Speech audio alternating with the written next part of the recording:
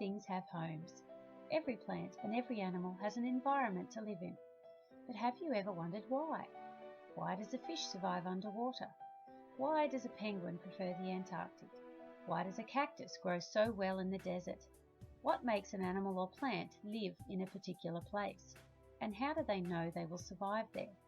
Well, the answer is actually pretty simple. It all comes down to something called adaptation. Adaptation is something that helps organisms survive in their own habitat, which basically means they live where they are best suited. A polar bear survives in the freezing Arctic because it has all the right adaptations. But would he survive in a tropical rainforest? Probably not for long. So adaptations can be classified into two main types. The first is structural and the second is behavioural. Structural adaptations are physical features that an animal or plant has to help it survive. These can include colours and patterns for camouflage or specific skin coverings like fur, feathers and scales. Other structural features can be tails, fins, protective features, roots and more. Behavioural adaptations are instinctive. These are things that an animal or plant does to provide the best chance of survival, like this ant colony. It spends the warmer seasons stockpiling food for winter to ensure survival as a group. Behavioural adaptations are instincts and also include things like migration, hibernation, hatching, and even flowers curling up at night. Both behavioural and physical adaptations are important, and all living things need a combination. For example, plants that grow in the Australian desert have to survive in extreme temperatures, sometimes more than 48 degrees Celsius in the sun, but then at night it can drop down as low as 3 degrees.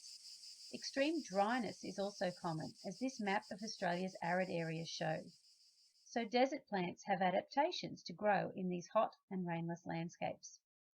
But why do plants and animals adapt in the first place? The answer is evolution.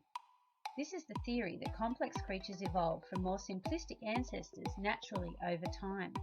So organisms gradually become bigger and more intricate with each generation, meaning that even a simple one-cell organism has the potential over thousands of years to become a complex animal or plant. It is based around the concept that all living things must adapt to continue living or they will die. In other words, evolution is the gradual adaptation of the features of a living thing to help it maintain life and the life of future generations. Evolution can be short-term, like a tadpole into a frog, or long-term, like apes evolving into humans. The idea of evolution was first published by a famous scientist named Charles Darwin in 1859. He believed that evolution relied on something called natural selection, or as we know it, survival of the fittest. His theory was that the strongest and best adapted animals and plants were the ones who survived in each generation, so they could pass on their best traits to new animals and plants. Like the birds we see here, the biggest and the best often prevailed over the weaker or smaller of a species. As a result, scientists today still share his fascination with the adaptive traits of organisms and continue to find new ways to measure and understand how living things adapt. So today's animals and plants are the best of the best. Many species that have become extinct have failed to adapt quickly enough, while others have thrived because they did adapt.